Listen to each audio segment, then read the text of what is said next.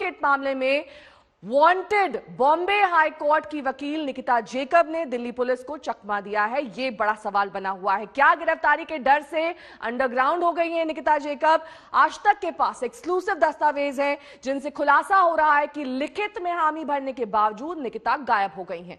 उधर दिल्ली पुलिस इस मामले के तीसरे चेहरे शांतनु की तलाश में भी छापेमारी कर रही है।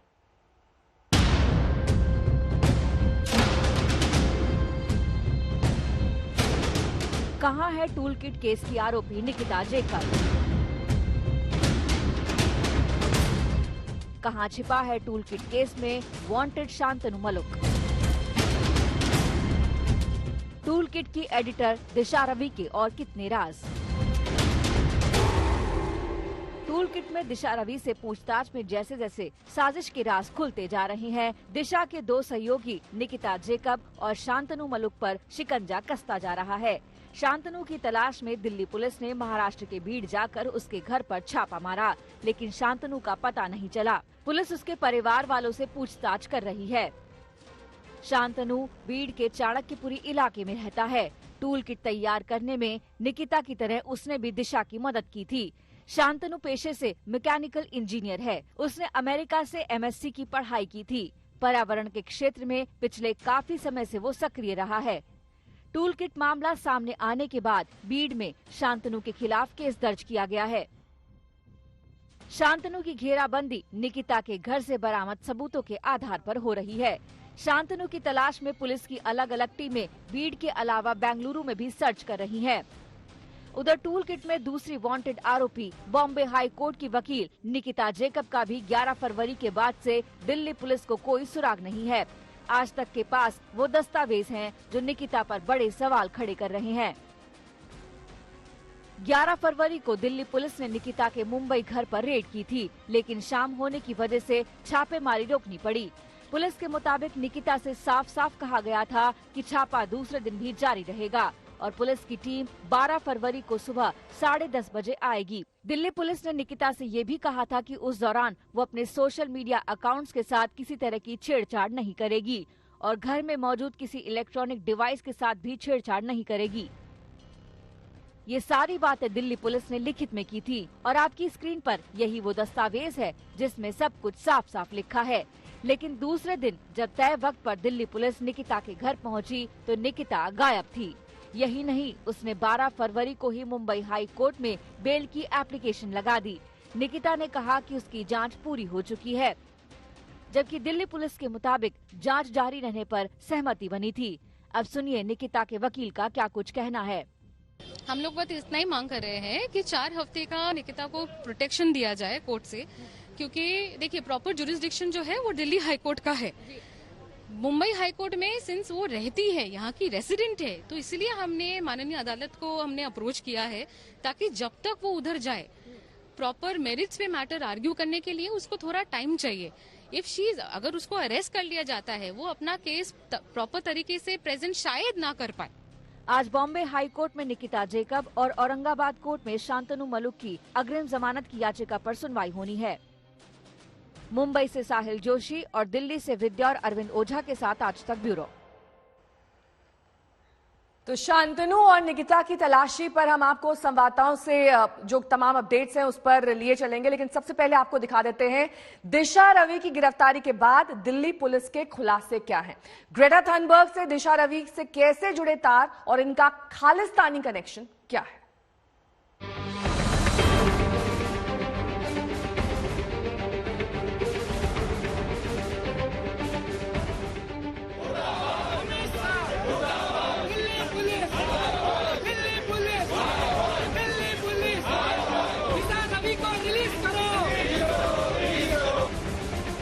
देश के खिलाफ साजिश रचने के टूल किट केस में पकड़ी गई 21 साल की क्लाइमेट एक्टिविस्ट दिशा रवि की रिहाई के लिए जहां कल पूरे दिन मांग जोर पकड़ती रही, वहीं शाम होते होते दिल्ली पुलिस ने साजिश में दिशा के रोल को सबके सामने रख दिया। 11 जनवरी 2021 को ask why India campaigners poetic justice foundation ने एक जूम मीटिंग का आयोजन किया, जिसको निकिता, शांतनु, एमओ धालीवाल व अन्य व्यक्तियों ने अटेंड किया। इस मीटिंग के दौरान निर्णय लिया गया कि इस कैंपेन को विश्व स्तर पे फैलाया जाए और धालीवाल का मकसद इस मुद्दे को बड़ा बनाना और किसानों के बीच असंतोष व गलत जानकारी फैलाना था। दिल्ली पुलिस के मुताबिक टूल किट बनाने के 3 किरदार हैं, दिशा रवि, निकिता जैकब और शांतनु मलुक। टूल किट को शांतनु के बनाए गए ईमेल अकाउंट से क्रिएट किया गया था। दिशा और निकिता ने इस डॉक्यूमेंट में एडिट किया था। इसमें चीजें जोड़ी गई थी और आगे शेयर किया गया था। दिल्ली पुलिस के मुताबिक ये तीनों खालिस्तानी समर्थकों के इशारे पर चल रहे थे। दिशा, निकिता और शांतनु खालिस्तानी समर्थक संगठन पोएटिक जस्टिस फाउंडेशन के संपर्क में थे। पीजेएफ के मो धालीवाल ने कनाडा की रहने वाली पुनीत नाम की महिला के जरिए इन लोगों से संपर्क किया था। 11 जनवरी को पीजेएफ की जूम मीटिंग में निकिता और शांतनु शामिल हुए थे। इनमें किसान आंदोलन पर ग्लोबल डे ऑफ एक्शन तैयार किया गया था।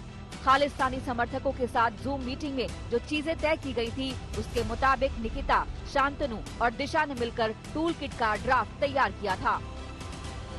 जांच में यह भी बात निकल के आई कि खालिस्तानी समर्थित संगठन पोएटिक जस्टिस फॉर फाउंडेशन के एमओ धालीवाल ने अपने कनाडा में रह रही सहयोगी पुनीत के जरिए निकिता जैकब से संपर्क किया और मकसद था कि रिपब्लिक डे के दिन ग्लोबल डे ऑफ एक्शन करना और उससे पहले और बाद में ट्वीट स्टॉर्म और डिजिटल स्ट्राइक करना। यानी टूल किट के जरिए जो एक्शन प्लान बनाया गया था, उसे अमल में लाने के लिए दिशा, निकिता, शांतनु जैसे लोगों के साथ खालिस्तानी ताकतें लगी थी।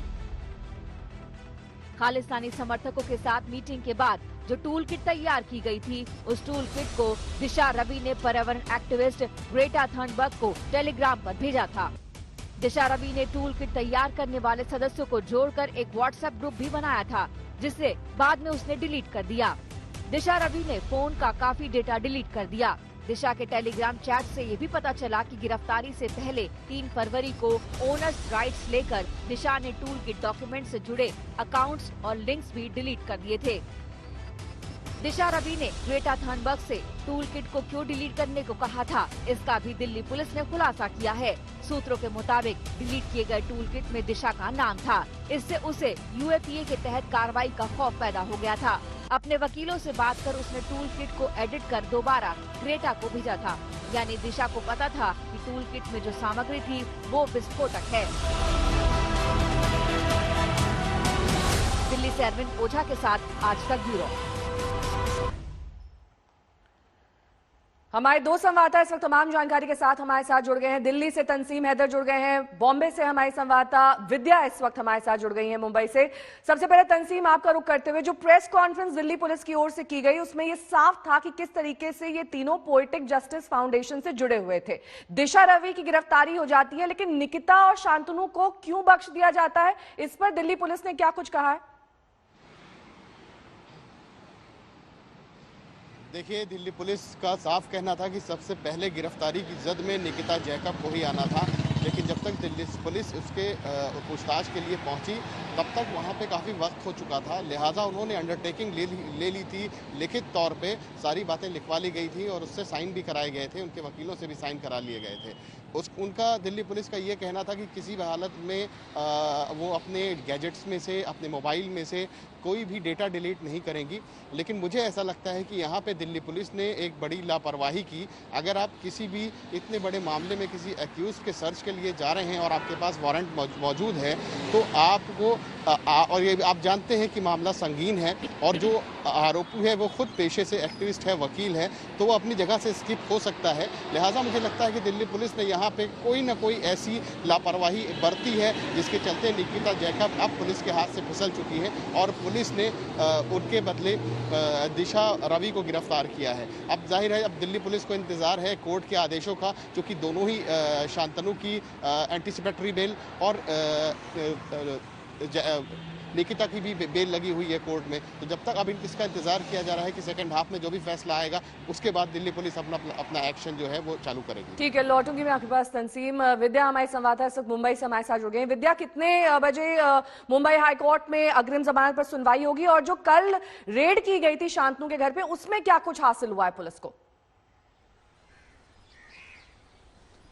जी देखिए, शांतनु का साफ साफ कहना है कि सिर्फ कल ही नहीं, पिछले 3 दिनों से, यानी कि तकरीबन 11 तारीख से ही जो दिल्ली पुलिस की टीम है वो उनके घर पर इंतजार कर रही है। उनका पूछताछ हो रही है, उनके बूढ़े माँ बाप पर जोर बनाया जा रहा है और इसी वजह से वो औरंगाबाद हाई कोर्ट का जो बेंच है, बॉम्बे हाई कोर्ट का, उसके पास वो पहुंचे हैं और उससे गुहार लगा रहे हैं कि उन्हें किसी तरह की राहत दी जाए।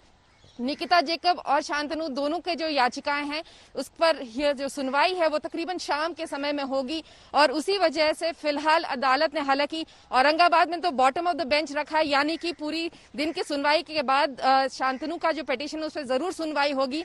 वहीं निकिता का भी फिलहाल ये समय तय नहीं है कि कितने बजे सुनवाई होगी या हो भी कि नहीं, लेकिन इन दोनों पक्षों का यही कहना है कि वो इस वक्त इनोसेंट है, उन्होंने कोई अपराध नहीं किया और इसी वजह से दिल्ली की अदालत तक जाने के लिए उन्हें समय चाहिए जहां पर कि वो अपने सबूत सारे रख सकते हैं। ठीक है, आप दोनों का बहुत बहुत शुक्रिया। तंसीम हमारे साथ जुड़े हुए थे, विद्या हमारी संवाददाता मुंबई से जुड़ी हुई थी, तमाम जानकारी इस टूल किट मामले पर, क्योंकि दिशा की गिरफ्तारी पर अब सियासी घमासान भी छिड़ चुका है। विपक्ष जहां 21 साल की क्लाइमेट एक्टिविस्ट की गिरफ्तारी पर सवाल उठा रहा है, तो वहीं सत्ता पक्ष ने दिशा के पैरोकारों पर सवाल खड़े कर दिए। ये सरकार तय कर लिए हैं, फैसला कर लिए हैं कि ये सरकार के खिलाफ अगर हिंदुस्तान की कोई व्यक्ति जुबान से एक बात निकाले तो उनके खिलाफ तुरंत कार्रवाई करने की सारे इंतजाम ये सरकार कर लिए हैं। जब सरकार को ये लगे कि ये बात मुझे पसंद नहीं है तो तुरंत कार्रवाई करने के लिए सरकार के पास इस तरीके की कानून मौजूद है। जिस प्रकार का खुलासा दिल्ली पुलिस ने अपने प्रेस वार्ता में किया है वो देश को चौंकाने वाला है। जिस टूल किट के विषय में पूरा देश सवाल उठा रहा था कि ये देश को तोड़ने वाला एक टूल किट था, उस टूल किट के षड्यंत्र को पूरी तरह से पर्दाफाश करके इस पीसी ने रखा है और मुझे लगता है देश का कानून सर्वोपरि होता है। बात अब किसान आंदोलन की करेंगे। आज किसान आंदोलन का 83वां दिन है और इसमें रोज नए रंग भरे जा रहे हैं। ताजा रंग भरा है हरियाणा में कांग्रेस नेता विद्या रानी ने। विद्या के किसान आंदोलन में शराब बांटने के बयान पर कांग्रेस फंस गई है। बीजेपी ने सीधे सवाल दागे तो कांग्रेस को जवाब नहीं सूझ रहा है। विद्या रानी ने कहा था कि किसानों की मदद करो, चाहे पैसे दान करके या फिर शराब बांटकर। विद्या रानी तो यहां तक कह गई कि किसान आंदोलन ने कांग्रेस को मजबूती दी है। अब टिकैत भी कह रहे हैं कि किसानों के लिए तो रोटी पर आफत है। ये आंदोलन हमें जो मिला है ना, ये 26 तारीख को खत्म हो चुका था, लेकिन किसी न किसी तरह, क्योंकि किसान के इरादे मजबूत थे, ये दोबारा से खड़ा हुआ और इतनी मजबूती से खड़ा हुआ कि इसको हमने चलाना है।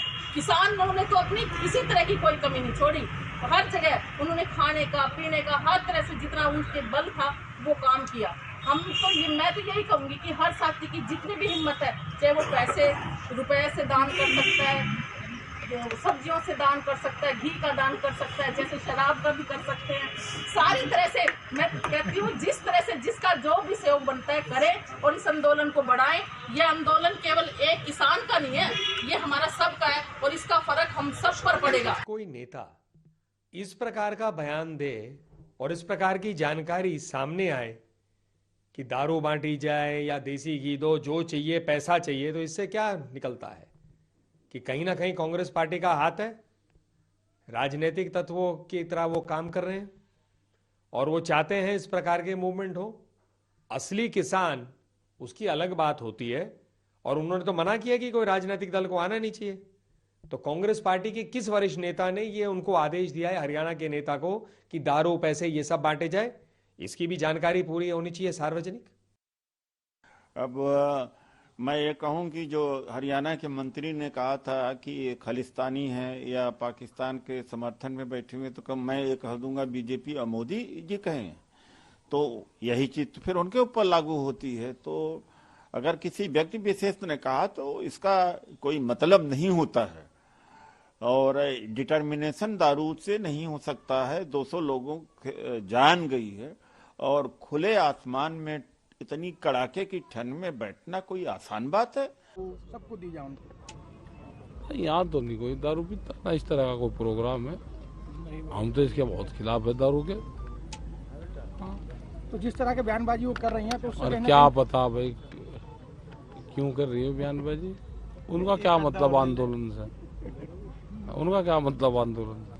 तो आप लोग इसके बिल्कुल खिलाफत में है कि अच्छा, दारू कोई यहाँ पी लगाने गए आंदोलन में, इसका मौत तो है नहीं। रोटी खाने का भी किसान का, दारू पीने का है इसका मौत। तो ये क्या लक्षण है यहाँ? तो पार्टी किस बात अब यूपी की सियासत की करेंगे। यूपी के सीएम योगी आदित्यनाथ आज बहराइच में सुहेलदेव स्मारक का भूमि पूजन करेंगे। सुबह 11 बजे पीएम मोदी वर्चुअल माध्यम से स्मारक का शिलान्यास करेंगे। कार्यक्रम से राजा सुहेलदेव की कर्मस्थली को नई पहचान दी जाएगी, लेकिन इसे सियासत से जोड़कर देखा जा रहा है।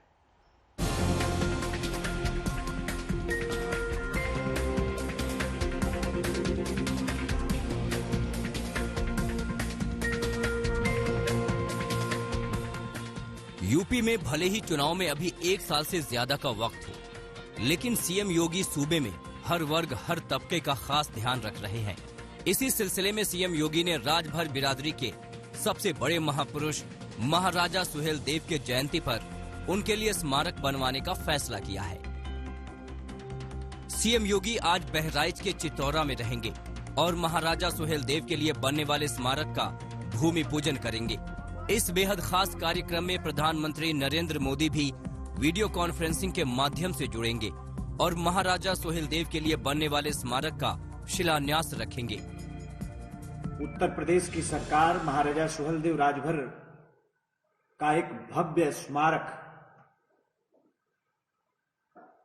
साथ ही महाराजा सुहेलदेव के इतिहास को संरक्षित करने के लिए एक संग्रहालय, और जिस चित्तौरा के मैदान में सैयद सलार मसूद और महाराजा सुहेलदेव राजभर के बीच में संग्राम हुआ था, उस चित्तौरा मैदान को पर्यटन के रूप में विकसित करने का फैसला हमारे श्रद्धेय मुख्यमंत्री जी ने लिया है। उत्तर प्रदेश के पूर्वांचल में करीब 40 ऐसी सीटें हैं जहां राजभरों का दबदबा है। महाराजा सुहेलदेव को राजभर बिरादरी के मान सम्मान का प्रतीक माना जाता है। वो इस जाति के लोगों के लिए सबसे बड़े महापुरुष भी हैं। इससे पहले भी महाराज सुहेलदेव के सम्मान में बीजेपी ने डाक टिकट जारी किया था। एक विशेष ट्रेन भी चलाई गई थी। अब की बार योगी सरकार ने महाराजा सुहेलदेव की जयंती को बड़े ही धूमधाम से मनाने का फैसला किया है। आज के इस कार्यक्रम से महाराजा सुहेलदेव की कर्मस्थली को अब एक अलग पहचान मिलेगी। लखनऊ से कुमार अभिषेक के साथ आज तक ब्यूरो। बात पश्चिम बंगाल की सियासत की करेंगे। पश्चिम बंगाल के लिए चुनावी साल है, लिहाजा सियासत यहां पर चरम पर है। कल सीएम ममता बनर्जी ने प्रदेश में 5 रुपए में खाने पीने की योजना शुरू की, लेकिन इस पर ममता आरोपों से घिर गई हैं।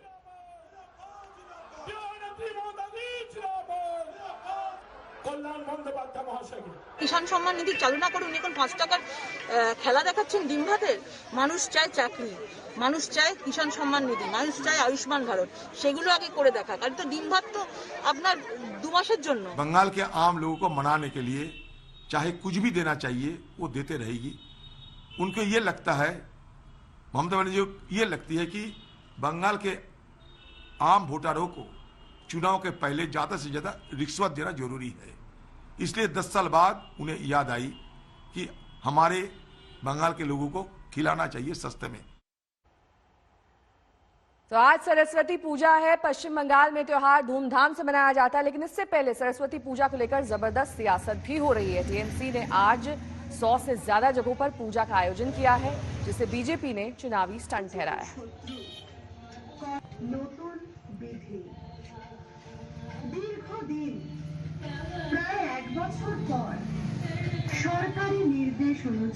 हमारे संवाददाता अनुपम इस वक्त कोलकाता से हमारे साथ जुड़ गए हैं। अनुपम, क्या हर साल इसी तरह से सरस्वती पूजा का त्योहार मनता है, या फिर इस बार इस पर सियासत का रंग साफ तौर पर दिखाई दे रहा है, जो कि बीजेपी आरोप भी लगा रही है? जी देखिए, इस बार सियासी रंग पूरी तरह से चढ़ा हुआ है सरस्वती पूजा पर। सरस्वती पूजा बड़े ही धूमधाम से मनाई जाती है पश्चिम बंगाल में, लेकिन इस बार जो अंतर है वो ये है कि तृणमूल कांग्रेस की ओर से इस बार खुद सरस्वती पूजा आयोजित की जा रही है।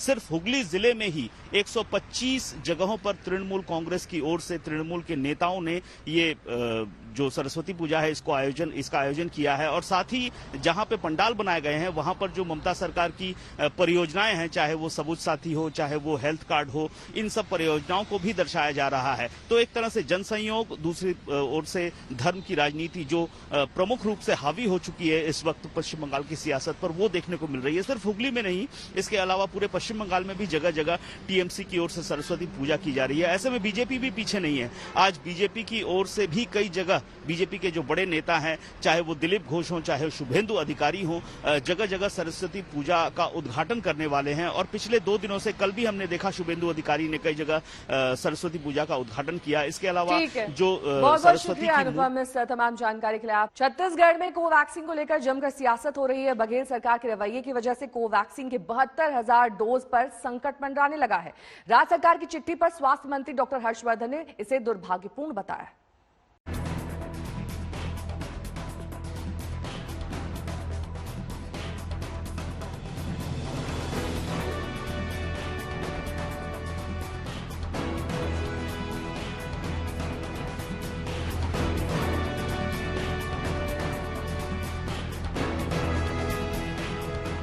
जिस वैक्सीन को दिल्ली एम्स के डायरेक्टर रणदीप गुलेरिया ने लगवाया, जिस वैक्सीन को नीति आयोग के सदस्य वीके पॉल ने लगवाया,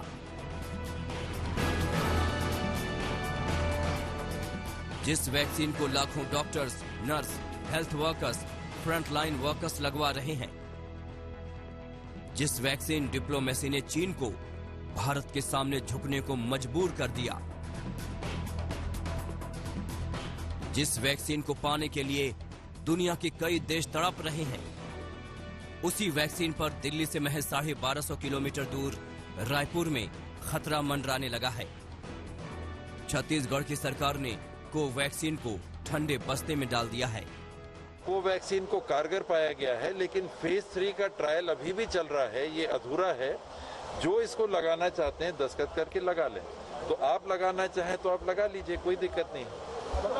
मैं अगर लगाना चाहूँ वो रिस्क लेके, ये रिस्क या नहीं कि उसके प्रोसेस के हिस्सा बनके, तो कोई दिक्कत नहीं है। ये काम किसका है फेज 3 ट्रायल पूरा करने का? वो कंपनी जो इसको बना रही है। सरकार कंपनी के एजेंट के रूप में काम करे, ये उचित भी नहीं है।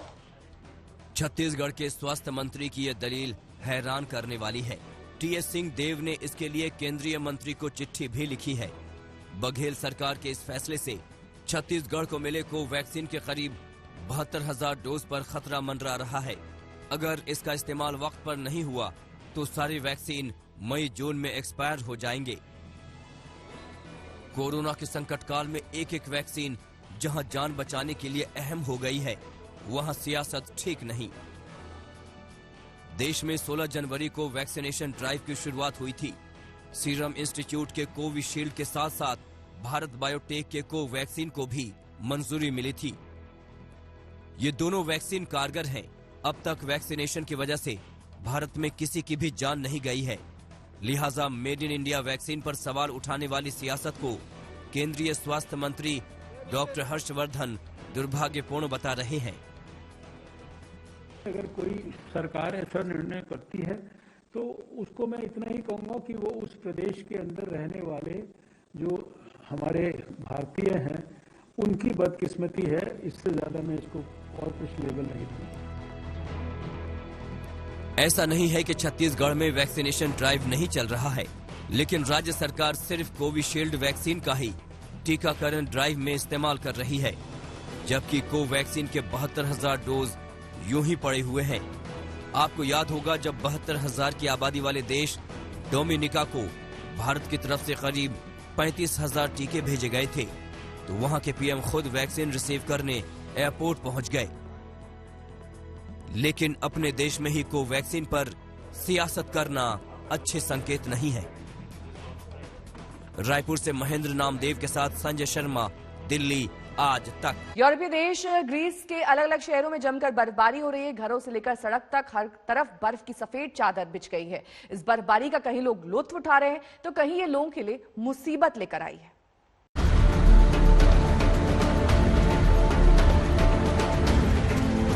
ग्रीस में हो रही भारी बर्फबारी ने यहाँ के कई शहरों का नजारा ही बदल दिया है। सफेद बर्फ ने सड़कों, घरों, पेड़ों, साइन बोर्ड सबको अपनी आगोश में ले लिया है। कहीं ये बदला हुआ मौसम मस्ती लेकर आया है तो कहीं मुसीबत साबित हो रहा है।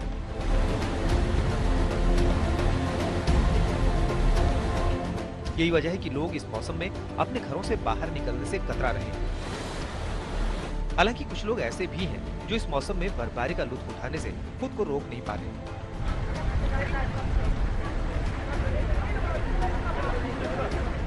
इस खूबसूरत मौसम का लुत्फ उठाने के साथ साथ लोग इन लम्हों को कैमरे में कैद करते भी दिखे। इस बर्फबारी के दौरान भी ट्रैफिक भी बेरोक टोक जारी रहे, इसके लिए प्रभावित जगहों पर सड़कों से बर्फ हटाने का काम भी जारी है। कई दिनों से लगातार हो रही बर्फबारी की वजह से तापमान में भी गिरावट दर्ज किया गया है। फिलहाल राजधानी एथेंस समेत कई और शहरों में मौसम का हाल यूं ही बना रहेगा और बर्फबारी जारी रहेगी। आज तक दुनिया जहां कोरोना महामारी से जंग लड़ रही है, वहीं चीन में लोग नए साल के जश्न में डूब गए हैं। चीनी शहरों से लेकर गांव तक में लूनर न्यू ईयर भव्य तरीके से मनाया जा रहा है।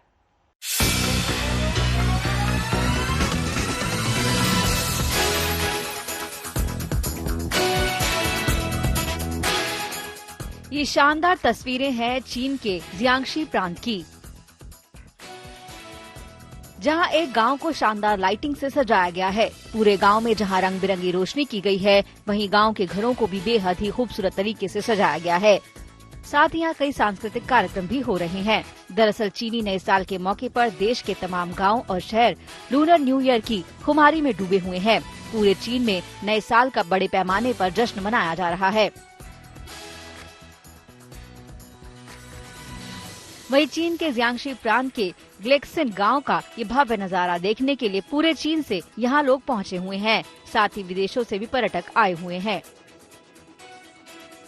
तस्वीरों में देख सकते हैं कि जगमगाती रोशनी अद्भुत नजारा पेश कर रही है। साथ ही पूरे गांव को रंग बिरंगी लालटेन से सजाया गया है। गांव में तालाब के किनारे लेजर शो का भी आयोजन किया गया। यहाँ आतिशबाजी के साथ साथ परंपरा और आधुनिकता का अद्भुत मेल भी देखने को मिल रहा है। गौरतलब है कि 12 जनवरी से चीनी नए साल की शुरुआत हुई है और यहाँ 15 दिनों तक जश्न मनाया जाएगा। लूनर न्यू ईयर और स्प्रिंग फेस्टिवल के नाम से मशहूर ये त्योहार लालटेन फेस्टिवल के नाम से खत्म होगा। बता दें कि हर साल होने वाला न्यू ईयर का ये आयोजन राशि चक्र में शामिल एक खास जानवर पर आधारित होता है। पिछले साल जहाँ ये फेस्टिवल चूहे पर आधारित था, तो इस बार बैल पर आधारित है। यानी इस साल चीन का शुभ जानवर बैल है। आज तक ब्यूरो।